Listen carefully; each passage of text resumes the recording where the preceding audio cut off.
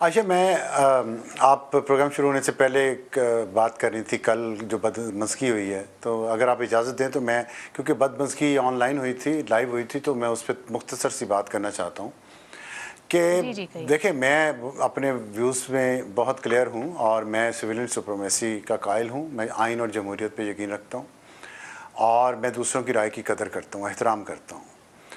और मेरा ये यकीन है कि 9 मई को जो कुछ इस मुल्क में हुआ वो उस नफ़रत की वजह से हुआ जो पिछले 11-12 साल में इस मीडिया के ज़रिए लोगों के जहनों में भरी गई।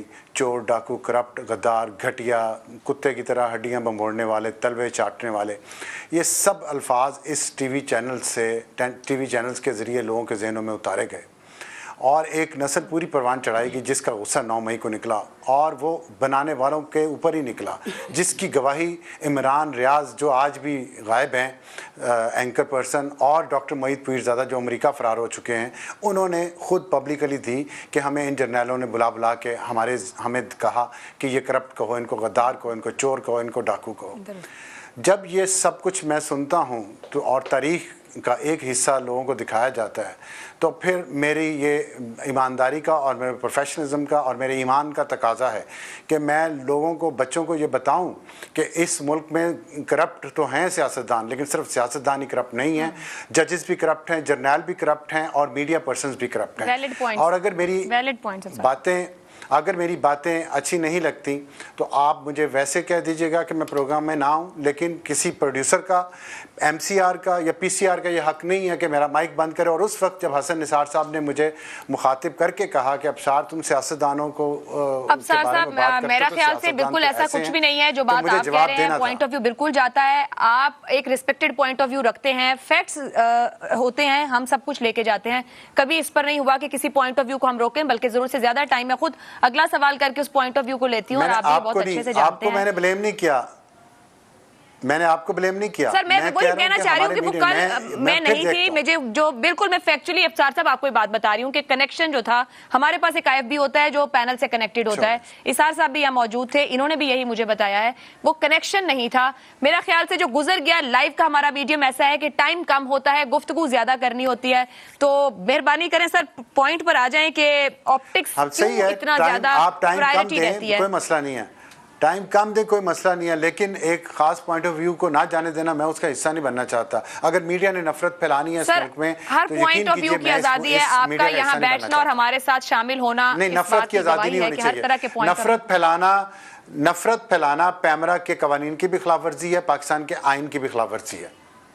नफरत नहीं फैला सकते, वायलेंस पे नहीं उकसा सकते लोगों को, तो बस इसका ख्याल रखना चाहिए। और अगर करप्शन की बात करें तो सबकी करें, किसी को क्यों छोड़ते हैं।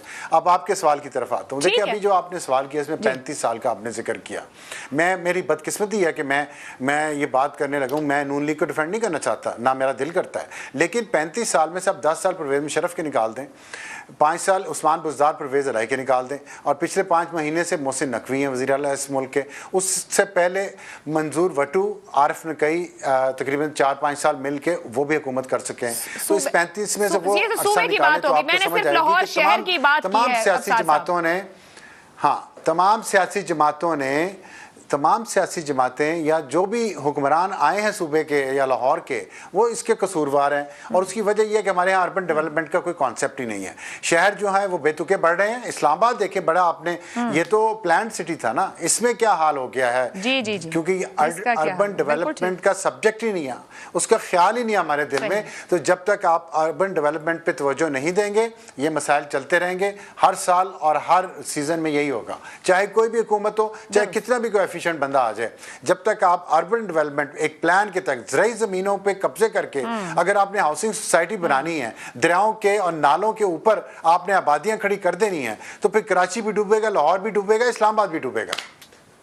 ठीक हो गया, मतलब सीखना किसी ने नहीं है। शहजाद साहब, आप क्योंकि पाकिस्तान से बाहर बैठे हैं, थोड़ा दूर है हमसे, अर्बन डेवलपमेंट की बात हुई, मैं यही पॉइंट आपकी तरफ लाना चाहूंगी। इस्लामाबाद का भी जिक्र हुआ और आप इस्लामाबाद में रहते हैं। इस्लामाबाद एक बड़ा प्लान्ड सिटी और खूबसूरत शहर कहलाता था, वो भी अब जिस तरह फैलना शुरू हुआ। सर, हम क्यों नहीं, अर्बन डेवलपमेंट हमारा फोकस नहीं है, तरजीह नहीं है, वजह क्या है कि हम इस तरफ बढ़ नहीं पाते, आम आवाम को फैसिलिटेट नहीं करना चाहते, क्यों?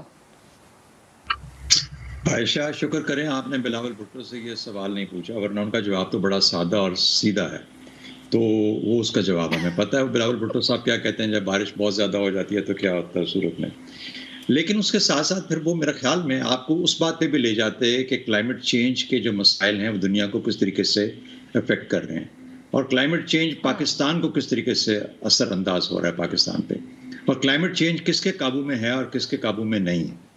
तो ये भी एक ऐसा बुनियादी मसला है। उसका जो कुछ हल है, कुछ हिस्सा जो है वो हम पाकिस्तान के अंदर उसका हल कर सकते हैं अगर हम दरख्त उगाएं, अगर हम जंगलात को रहने दें, लकड़ियां ना काटें, जंगलों को आग ना लगाएं, और हम कम से कम जो जिस हद तक इस वक्त फॉरेस्टेड हमारा एरिया है उसको हम मेंटेन करें, सिक्योर करें, बल्कि बढ़ाएं अगर बढ़ा सकते हैं तो। एक तो ये बात है। दूसरी बात आ जाइए आपके बुनियादी सवाल के ऊपर।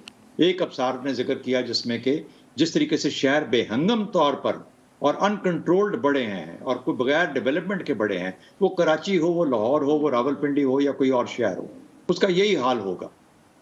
जिस किस्म की आबादी आजकल हमारे देहातों से शहरों में मुंतकिल हो रही है नौकरी की तलाश में, भूख के और अफलास की वजह से, गांव के अंदर जो सहूलियात मैसर नहीं है, उसकी भी एक बुनियाद है।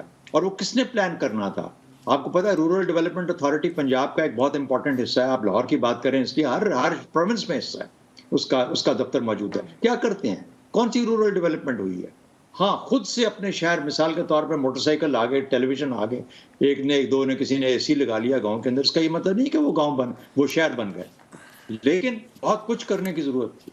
इसलिए आबादी का जो बढ़ाव जोर है उसके ऊपर अर्बन डेवलपमेंट का दफ्तर आपके यहाँ लाहौर के अंदर तो खास तौर पर बड़े काबिल लोग लाए जाते हैं। अगर नहीं लाए जाते तो ये भी एक वजह कलामी की माजरत, मुझे थोड़ा सा आपसे इजाफा करना चाहूंगी। जब आप रूरल डेवलपमेंट अथॉरिटी की बात कर रहे हैं, अर्बन डेवलपमेंट अथॉरिटीज भी मौजूद हैं। मैंने इब्तिदाई में बात की कि किस तरीके से 2013 से 18 के बीच नून लीग के दौर के अंदर दूसरे अजला के फंड भी लाहौर में लगाए गए, लेकिन लाहौर फिर भी वेनस बनता ही बनता है, इतने फंड लगा के भी। सर ये फरमाइएगा कि यही तो मेरा सवाल है कि क्या हमारे हुक्मरान, क्या सियासतदान, क्या जमातें जो आती हैं उनकी तरजीह नहीं है इस तरफ फोकस करना कि शहर को किस ढब पर आगे बढ़ना है, किस ढंग से डेवलप होना है, कितनी उसकी कैपेसिटी होनी चाहिए? ये आज 70-75 साल बाद भी अगर फोकस नहीं है तो फिर कब होगा, जब दुनिया सब जान गई ये सब? देखिए, सियासी फायदा किस चीज में है? एक ऐसी चीज जो कि 15 साल में जाके ज़हूर पजीर होगी। आपने निकासी आब की बात की, वक्त आ गया है कि आब खत्म हो जाएगा, आप उसकी निकासी की बात करते हैं, उसकी तरफ ध्यान दिया किसी हुकूमत ने? ये सब फेडरल गवर्नमेंट, प्रोविंशियल गवर्नमेंट्स, उनका काम है।